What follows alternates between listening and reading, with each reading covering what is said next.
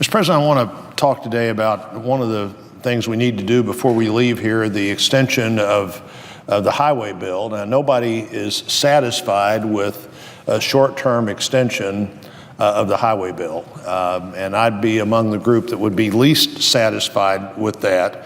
But as we look at what's happened so far this year, we've moved in a number of areas in a positive way, and don't have time while we're here to do what we need to do to have a truly long-term highway bill. The last two bills under the two previous Congresses, the two previous Senates, very unhelpful and unsatisfying in many ways. The 6-month extension of the highway bill, you can't build roads and bridges 6 months at a time. Not only can you not do the work 6 months at a time, you can't get the kind of competitive bidding process and planning that you need to do this work in the right way. And before that, only a 2-year bill. I will be very disappointed if we can't beat both of those standards. The reason to do the 2-month bill today will be the important reason that, one, we have enough money left because of winter conditions that we can do that 2 months of further construction with the money that's now available. And we don't do anything to slow down construction here at the best building time of the year. But, Mr. President, we need to work really hard in the next 2 months, and we should be working right now, and I know we are working right now, to come up with that long-term solution that lets us look at the transportation needs of the country in a way that allows us to compete. So many great things are out there in the next few decades for our country, but they all involve a transportation system that works.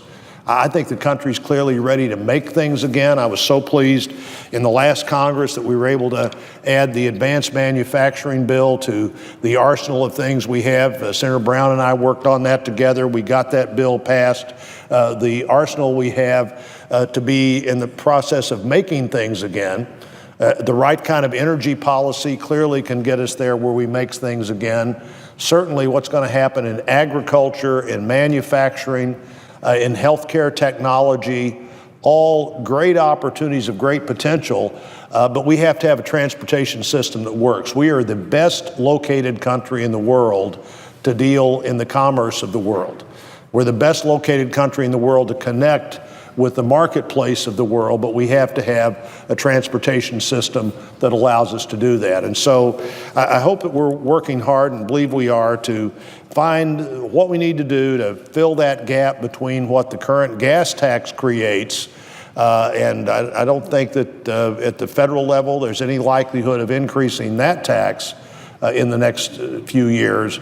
But looking at what that tax creates, and then what funding source is there out there that helps us fill that gap between gas tax and reasonable aspirations for our transportation system. This is one of the things that the American people think the government should do. Now, there may be an argument about whether the federal government or the state government or how this works in terms of government, but we know this is something we can't do for ourselves. And since the very earliest days of the Congress, what the federal government could and should do regarding interstate commerce and transportation, and the Constitution itself talks about building postal roads, it talks about interstate commerce.